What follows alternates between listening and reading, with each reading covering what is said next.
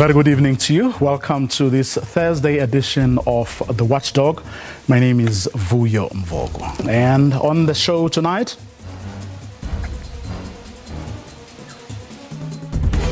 up to this point, so much money has been spent. We have not smelled a whiff of scandal. That's what excites us, and that's what delights the president, by the way. President Cyril Ramaphosa's frontline ministers are punting his employment stimulus package. We look at what's good, bad, and still ugly about how we are going about alleviating the suffering of South Africa's unemployed youth. We also try to understand what it is exactly that embattled ANC Eastern Cape chairperson and provincial premier Oscar Mabuyane is trying to do, trying to stop investigations into his affairs. And as usual, we bring you the latest from the campaign trail from our reporters across the length and breadth of the land. The Watchdog starts now.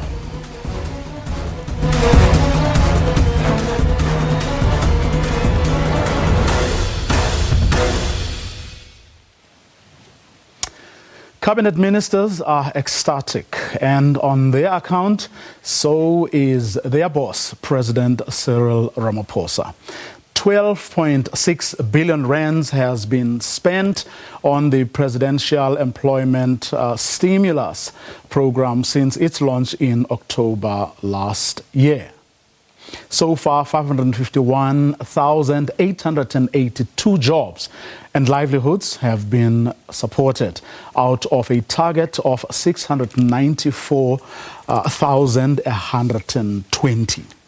Beneficiaries were mainly from the youth, 84%, and women, who are standing at 58%. The government is now moving to phase 2 of the program, on which 11 billion rands is to be spent.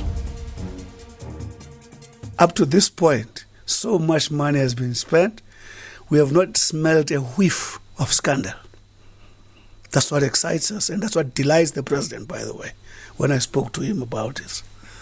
Now, even the choice of approach, using the already existing institutions, taking advantage of the systems that are already in place, and so on.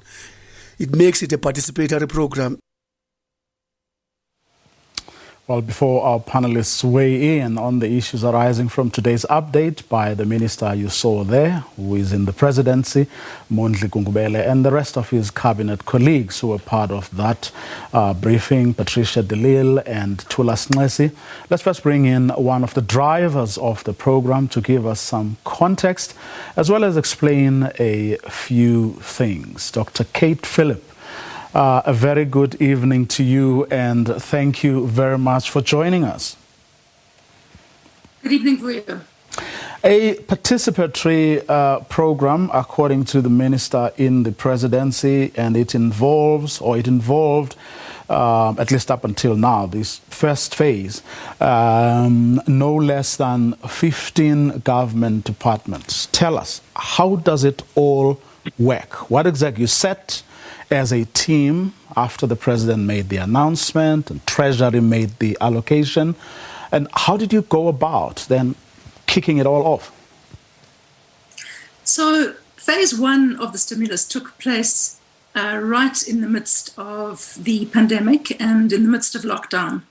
And as you all know, we faced a really serious crisis of unemployment, which was exacerbating an existing crisis of unemployment. And so we had to move quickly.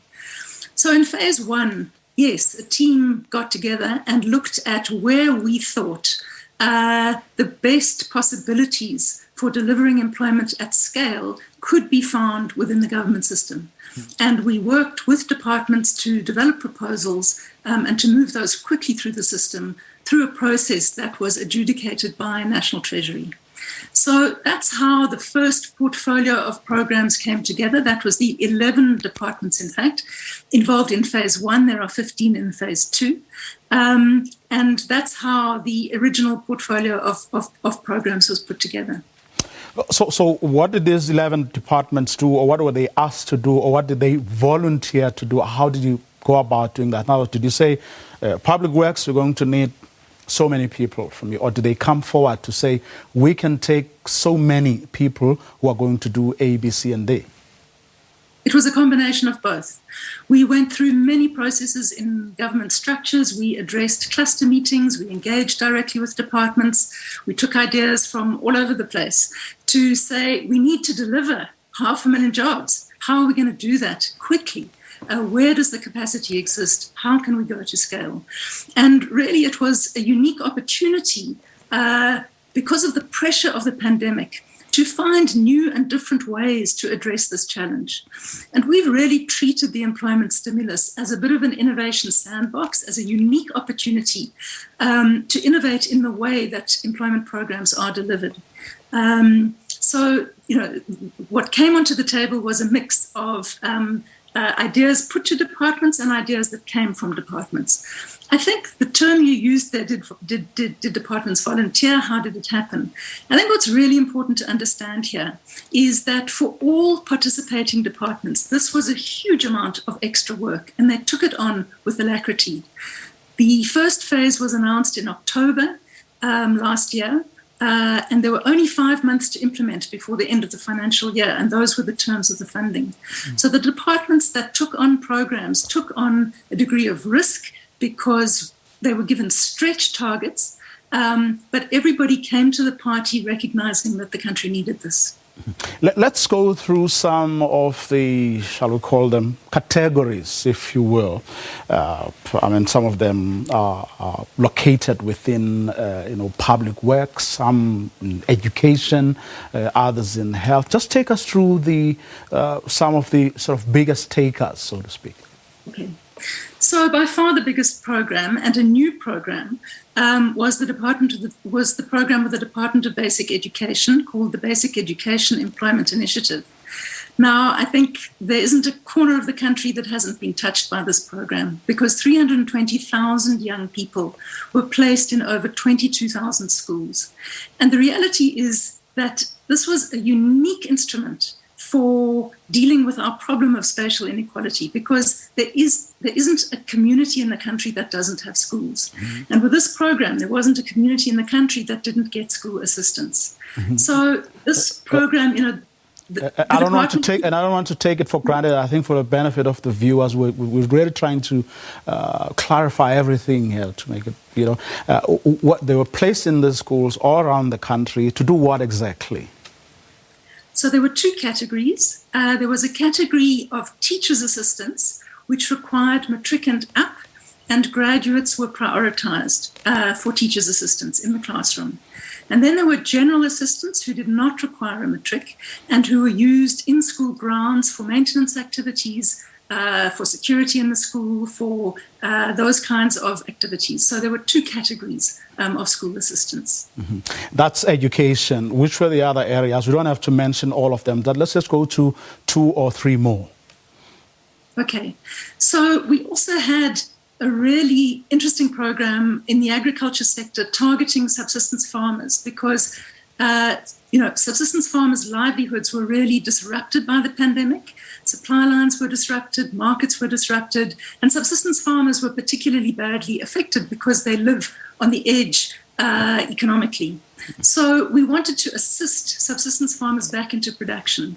So a production input voucher was developed. And what was really fascinating about this program was that because of the pressure of COVID and the fact that, you couldn't meet, you couldn't gather, all of those kinds of things, the department decided to use a USSD platform for the application process. And there were concerns that, how accessible would this be in remote marginal areas? The fact is that what we found is that a digital solution like that doesn't require a smartphone, just an ordinary function phone, a digital solution like that actually was far more accessible for people in remote areas, because they didn't have to get in a taxi and drive to the nearest town to fill out an application form. In the process, over 133,000 subsistence farmers were geospatially located. We now have a database that shows all of their production segments, what kind of production they're involved in.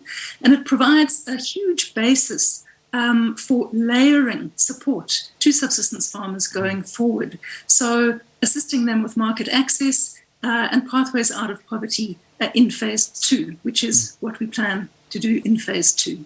At this stage, approximately 60,000 subsistence farmers have received production input vouchers.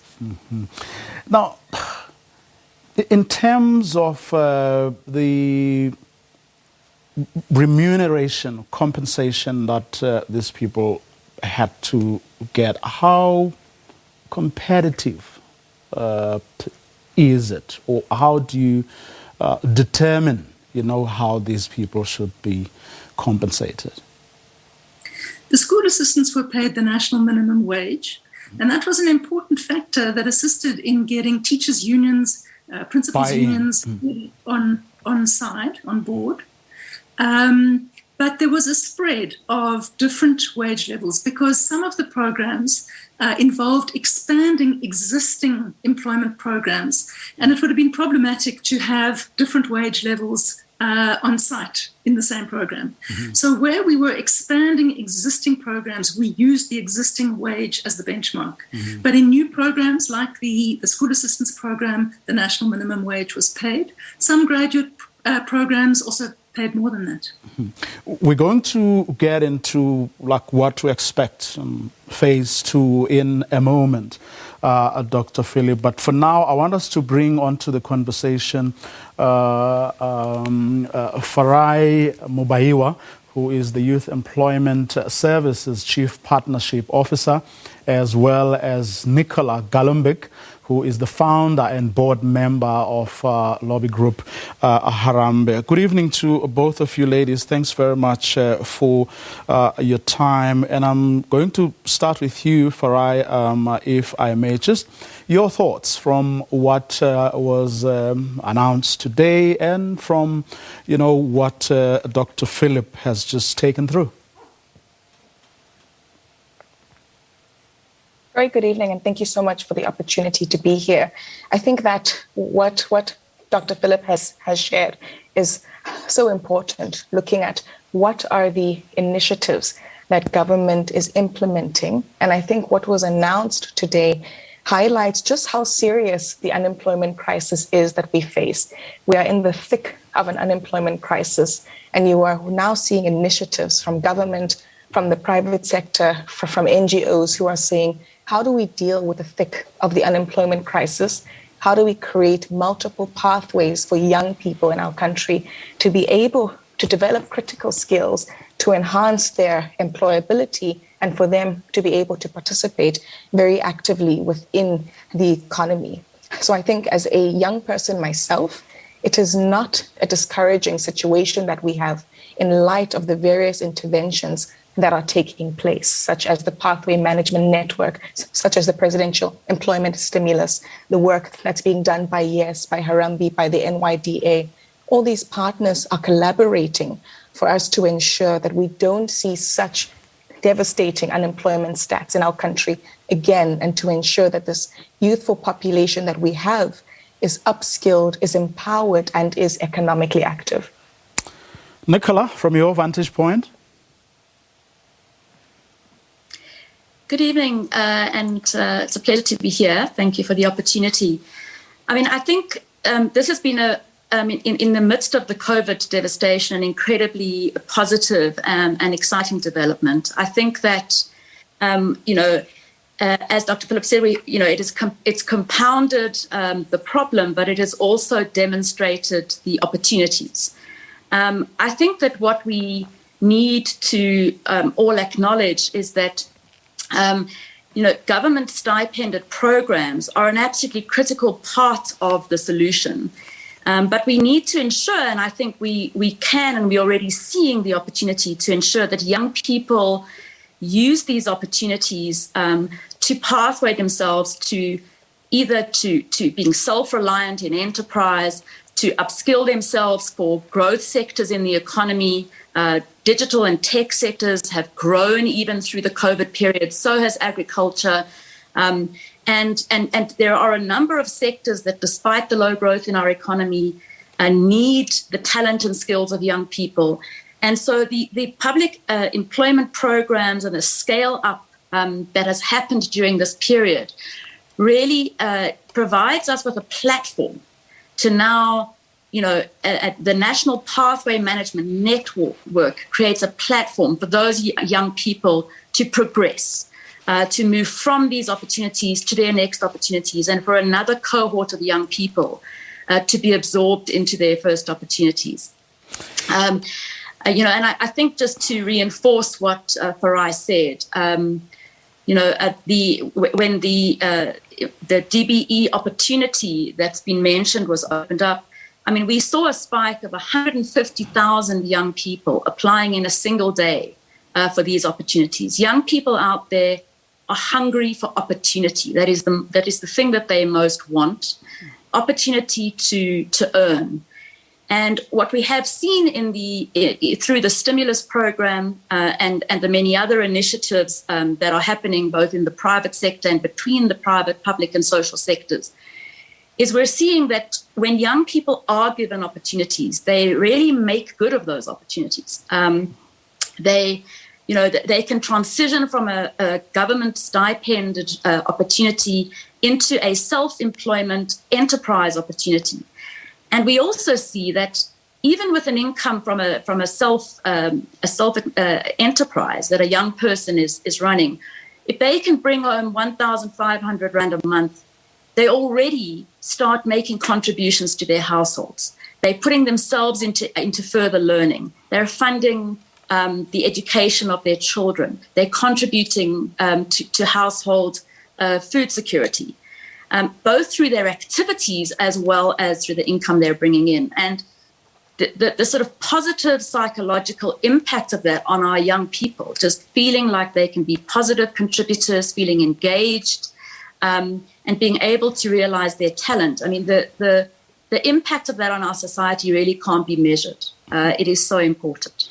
Now, Dr. Philip, Farai's point about the seriousness of our unemployment crisis is something that cannot be overemphasized, but also the point that Nicole is making about upskilling for growth sectors, which I want us to zoom in for a few seconds, particularly because part of our unemployment problem has to do with the fact that there is a big skills mismatch where you have a lot of people, graduates and so on, but who aren't, skilled or trained in the areas that are critical and can actually absorb a lot more young people, precisely because that's what the economy needs.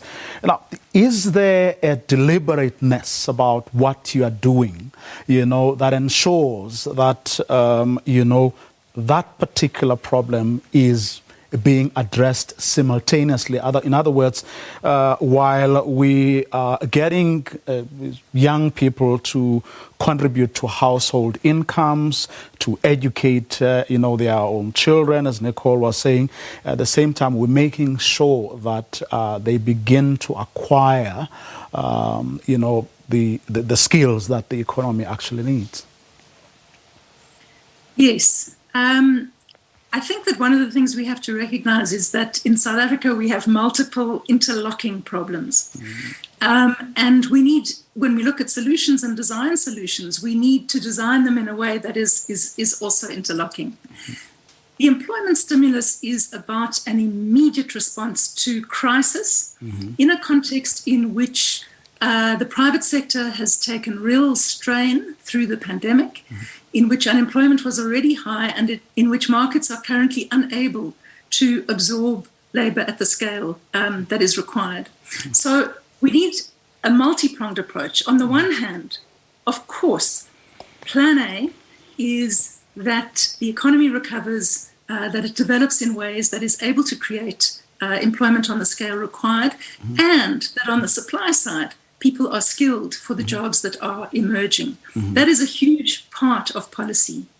But we can't cannot wait for all those parts of the puzzle to be in place before we act on unemployment. And so the stimulus has to do a number of different things at the same time. It has to create opportunities for people whose skills don't skill them for the jobs that are currently in the labour market, limited as those are. It needs to be able to absorb those people.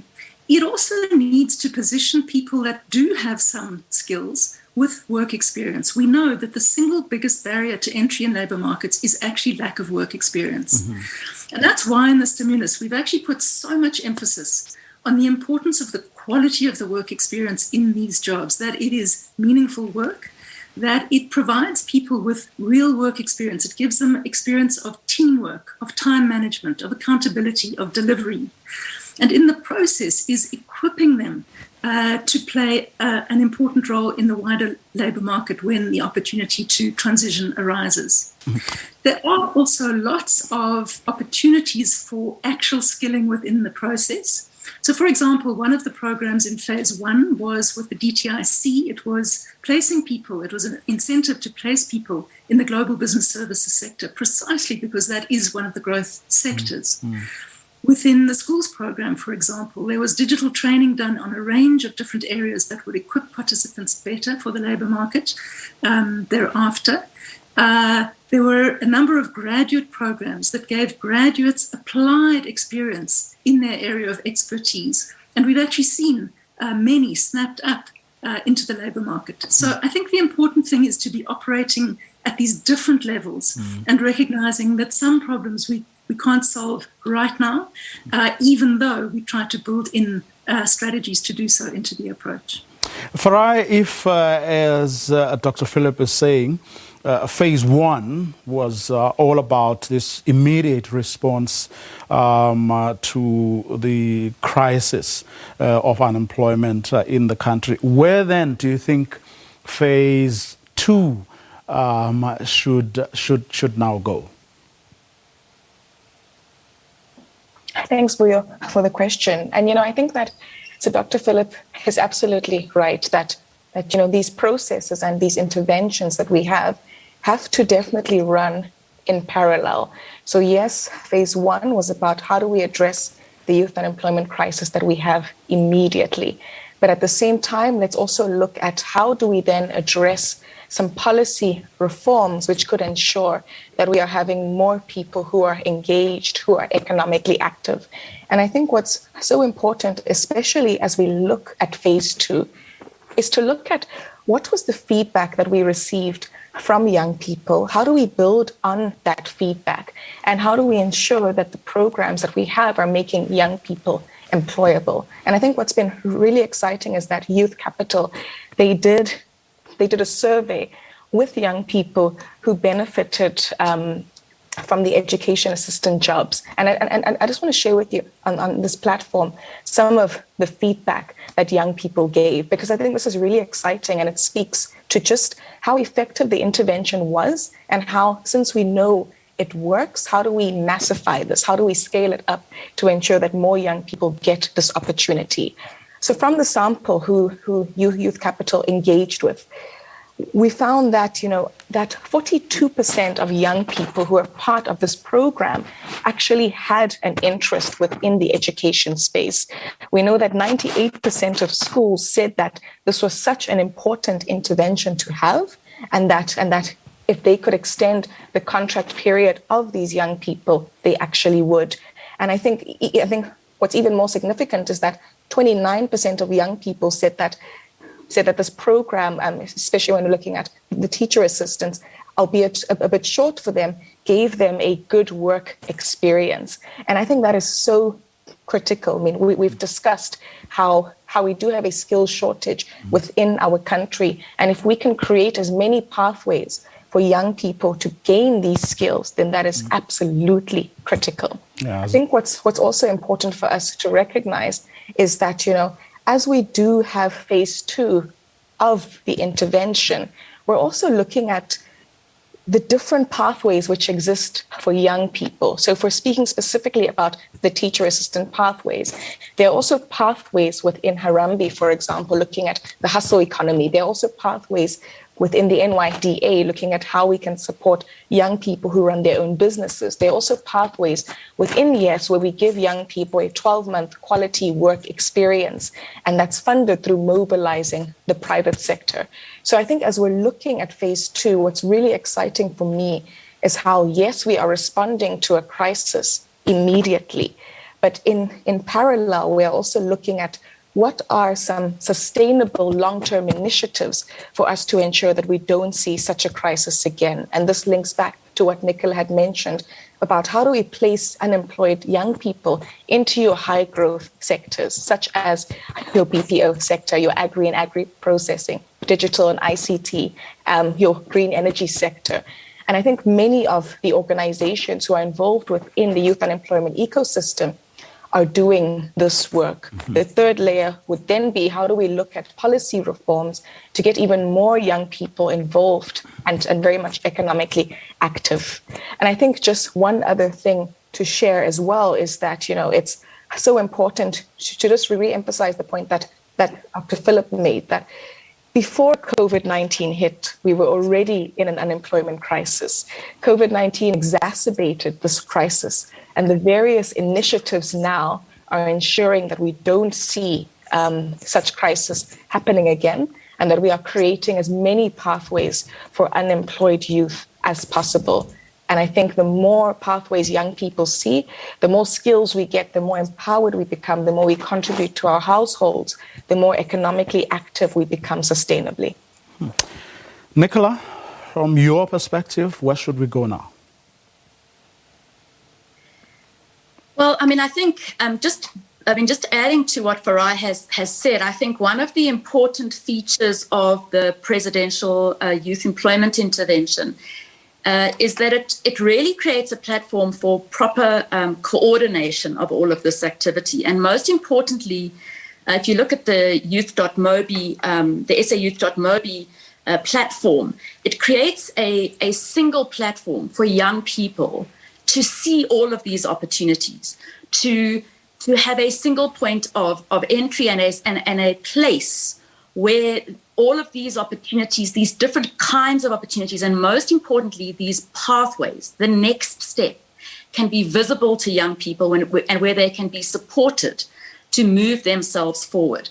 So, I think that platform, young people and the opportunities in the economy all being on the SA Youth.mobi platform is a really important piece of the puzzle in this next phase, so that we make sure that that the employment stimulus is not a dead end for young people. And we also, as Farai said, make sure that as the economy opens up, the private sector and the social sector organizations also are really scaling up the opportunities for young people. And I do want to say that, and reinforce, I think, a point that you were making, which is that even through the difficult period that we are in, there are growth sectors, and those growth sectors need skills, and they actually need skills that our young people can acquire quite easily and fairly efficiently if we are clear and determined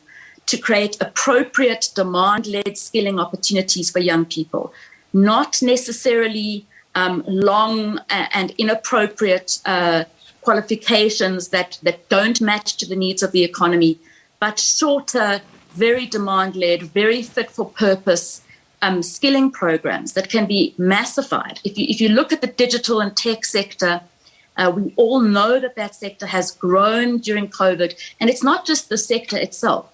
Across the whole economy, and in fact across government, digital jobs are emerging. There are existing vacancies. There are great opportunities to bring more global services jobs to South Africa, but we have to accelerate the skilling of our young people. And I think that Harambee, working in partnership with several industry associations, several government departments coordinated by the presidency, have all come together, for example, in the Digital Work Accelerator, a joint initiative between government, industry, and social partners to say, there is an opportunity here. There is an opportunity to create jobs for young people. There's an opportunity to upskill young people quickly for the jobs that are just going to grow and grow and grow in this economy and globally. And it's that kind of energy that this next phase has to be characterized by.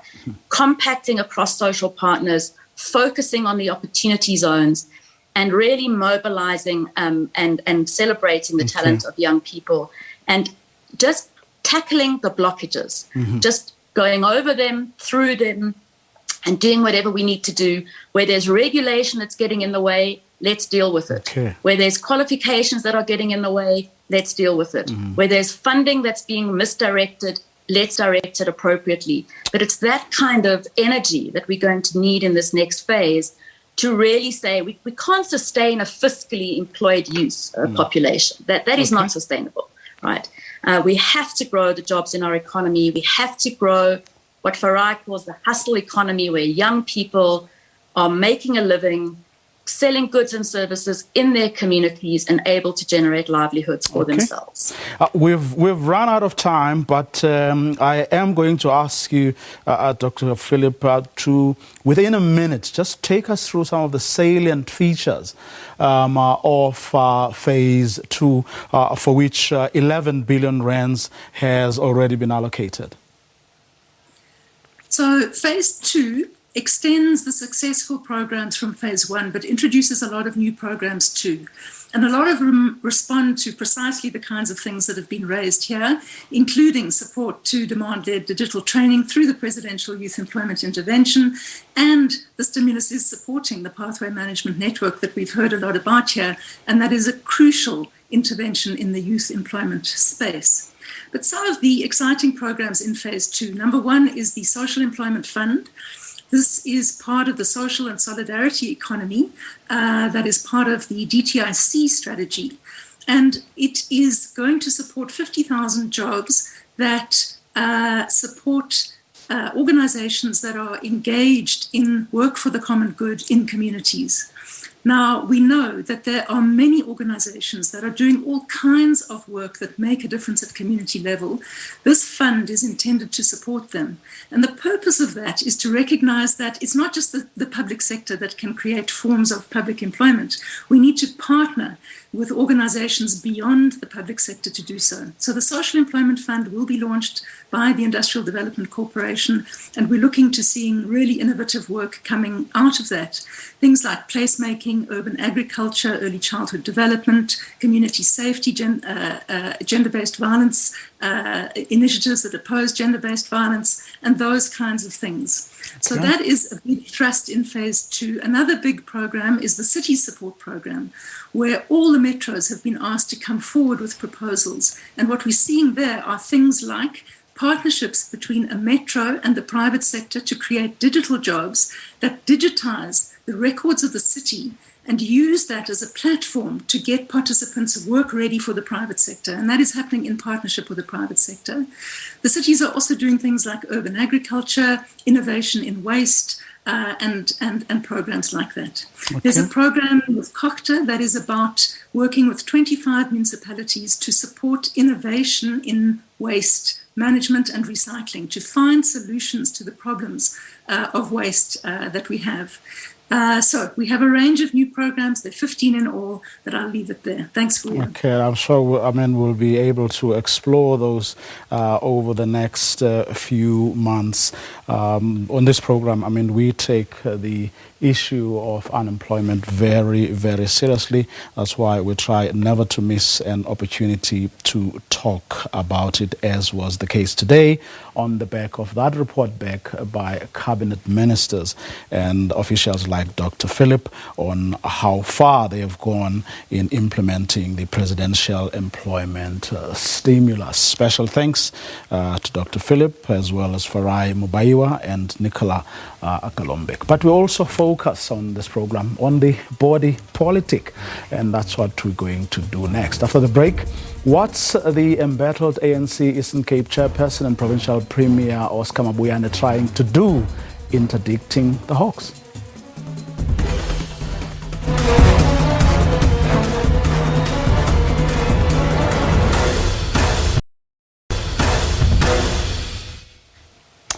Embattled Eastern Cape Premier Oscar Mabuyane is pulling all the stops to avoid being probed by the Hawks on his alleged corrupt dealings. Today, he approached the Bisho High Court. It all follows Public Protector Busisiwe Mkhwebane's report implicating Mabuyane and Public Works MEC Babalo Matikizela in acts of corruption involving funds meant for Winnie Matikizela Mandela's memorial service.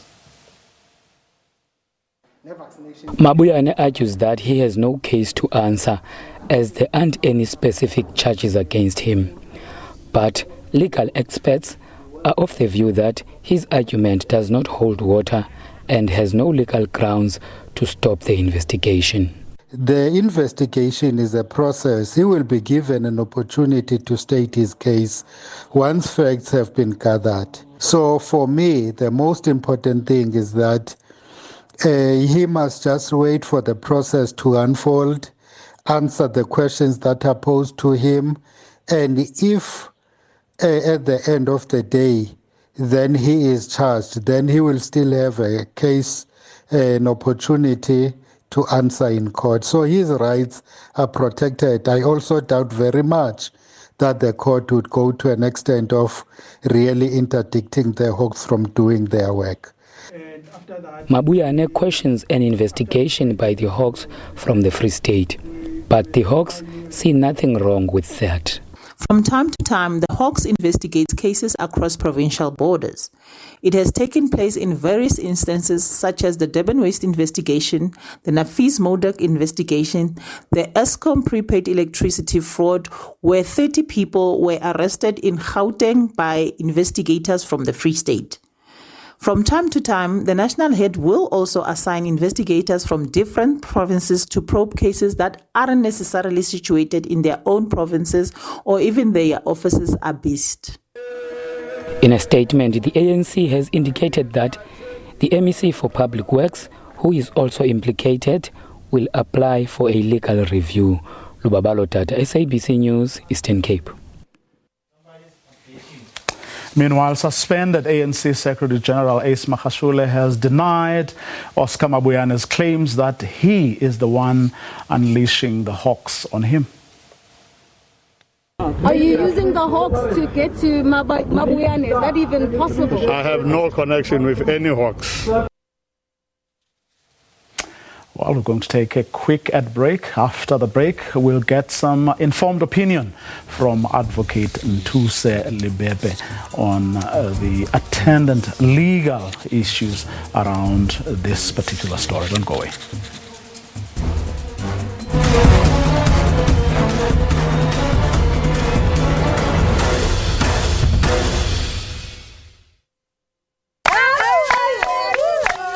The Northern Cape, its people, as diverse as its landscape.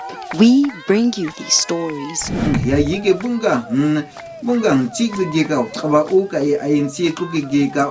amplify the voices of all cultures, and it's your stories we don't take for granted. We traverse South Africa's largest province regularly, bring you news of its political landscape, its adverse weather, and how the largely poor and mostly rural people survive. Now, we not only bring you news of their latest discoveries and how and why they work, but we also put it in a language so that you can understand why it matters to you. We bring you stories of substance and detail. The voices of the people are what matter to us. Their plight is our concern. We sit in meetings dissecting stories.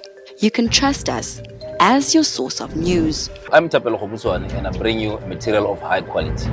Camera work is our pride in driving great video content, and it must be flawless. Trust us to bring you information on what matters to you. I'm here at the clinic in Extension 2 to get tested for COVID. Body pains, red eyes, the flu that I have been having so long, so it caused me to come to clinic, and so it got me where I am. First, I didn't believe in COVID. Then now with the rates of death going up every day, having funerals, until someone in my family, in my street, everyone affected by the COVID and just dying the next day, boom, dead.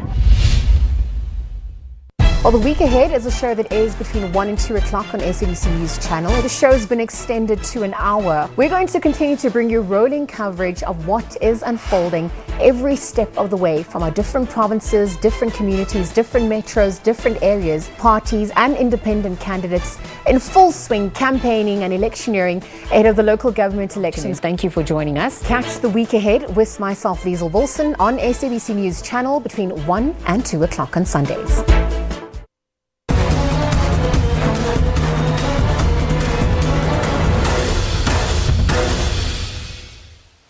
Well, let's get some informed opinion on that Oscar Mabuyane story now from Advocate Nduse Libepe.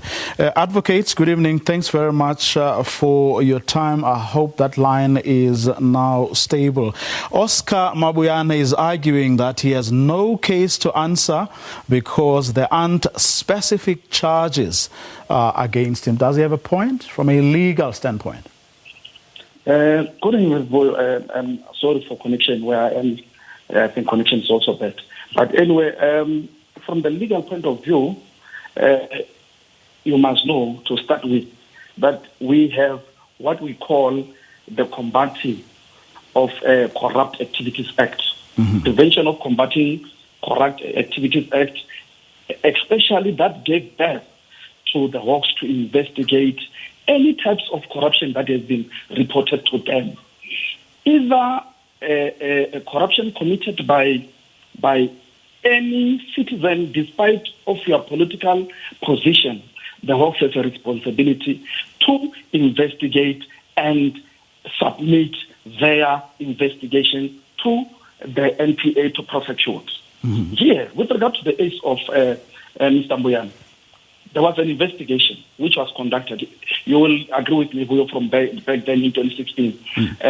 The public protector investigated the allegation which was reported to the office that there was a corrupt activities from Mr. Mabuyane with regard to the funds which were allocated for Memorial Service of Mama Wedimati Mandela.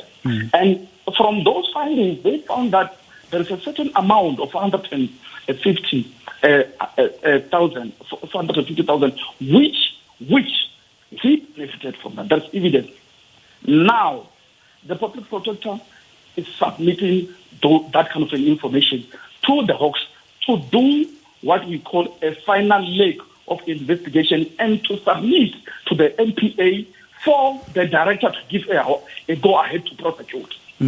So you can't stop it.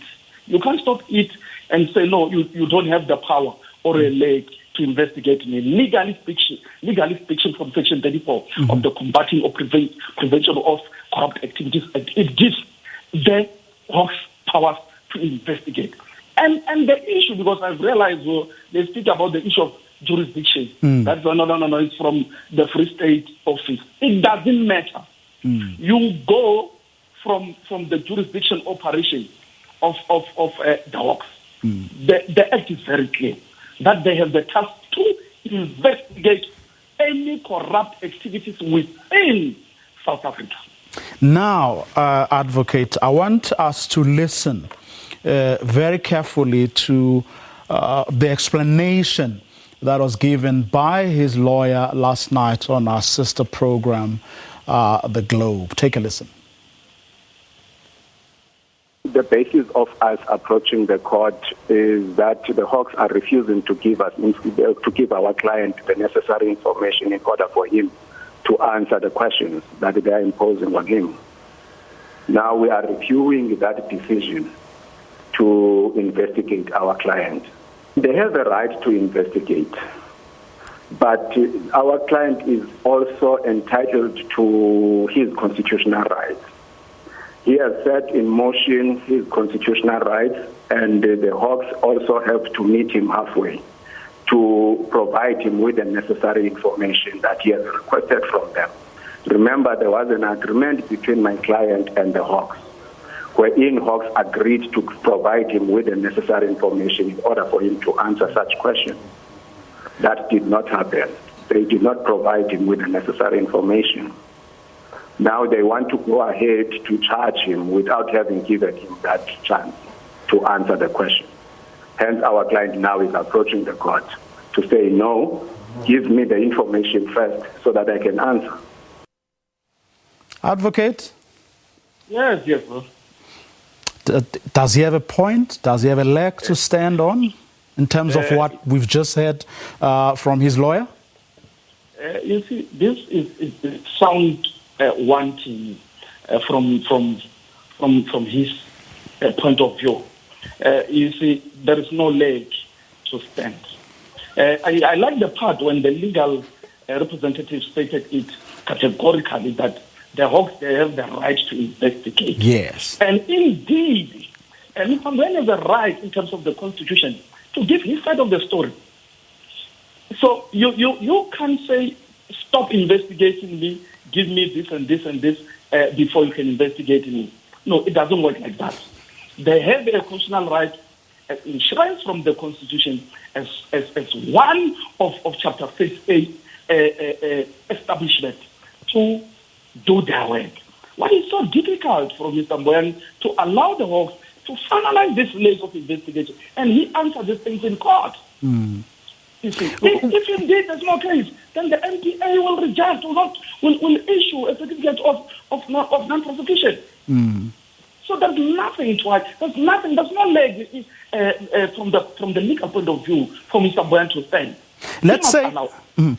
Let's say he does indeed, or there was this agreement or understanding between Mr. Mabuyane and the Hawks that they would provide him with the necessary information in order for him to answer such questions. The fact that did not happen then means that, the Hawks, I suppose you can infer that he's saying, well, the Hawks did not honor their part of the agreement, so they can't then continue.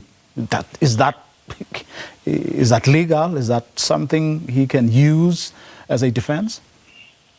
The point of departure, in terms of the law of evidence, on how to get evidence, there is what you call questions. The Hawks will formulate questions and they will send them to either the legal representative of Mr. Mabuyane or to Mabuyane himself. That is a standard procedure in terms of the law of evidence. Those questions are specific time frames to respond to those questions.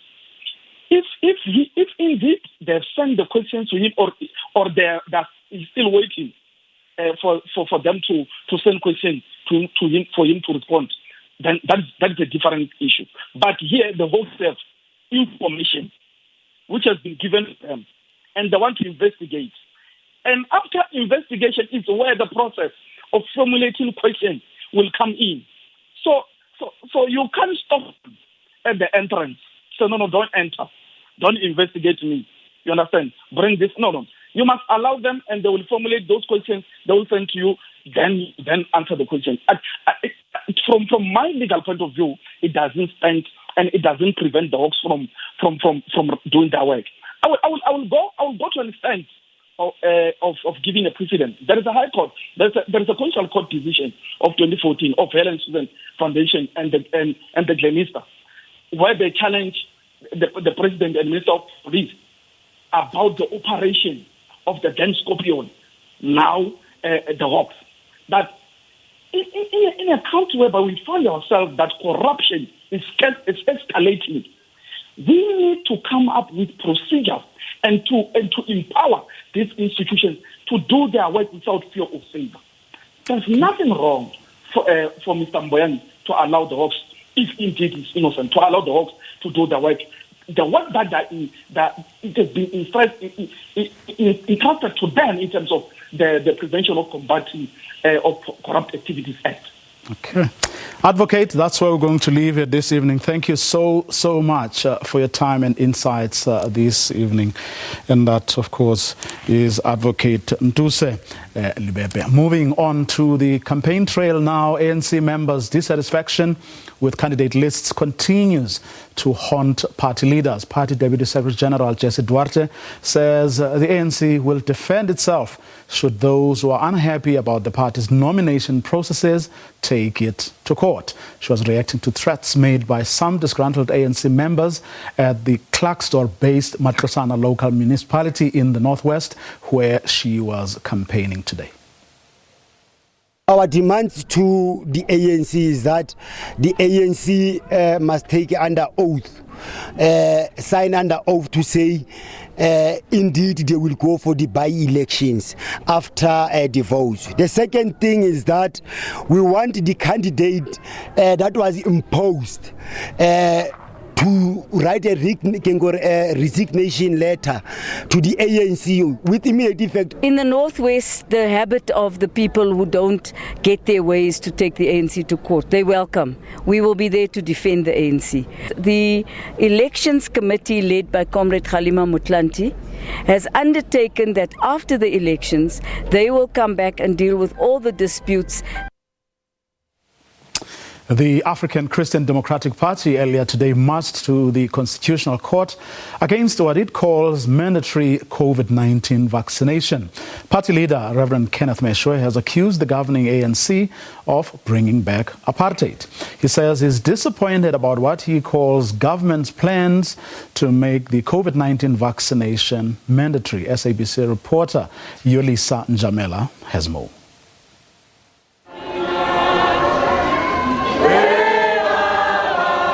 Led by party leader Kenneth Meshwe, hundreds of ACDP supporters marched from the Johannesburg CBD to the Constitutional Court. Armed with posters and banners that expressed their views about the COVID-19 vaccination drive, the protesters marched against what they say is government's plan to make the COVID-19 vaccine mandatory. They say they're not against vaccination, merely pro-choice. Government has on many occasions emphasized that it does not intend on making the COVID-19 vaccination compulsory by law. But according to the ACDP, it's really just a matter of time. They are forcing us. They want to force us. And we say no, no, no, no. No. Are they gods?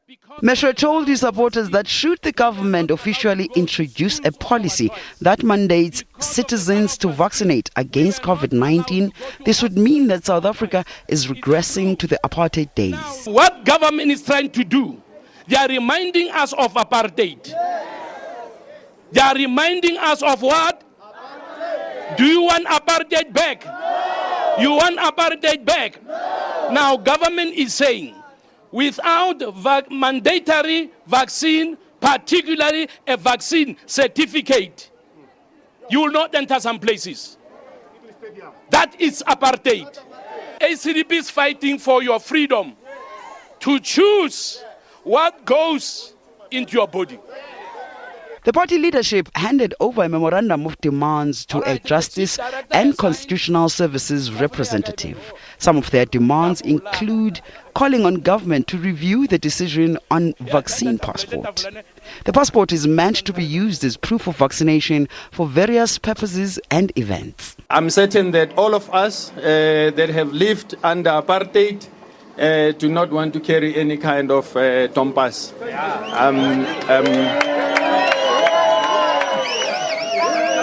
And I think that this statement has been affirmed. The president has said this is a voluntary process.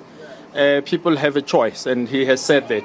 ACDP has given government 14 days to respond to their demands. Yolisa Njamela for SABC News in Johannesburg. And that's all we had time for this evening. Do join us again tomorrow evening, 8 p.m. sharp. Have a good night.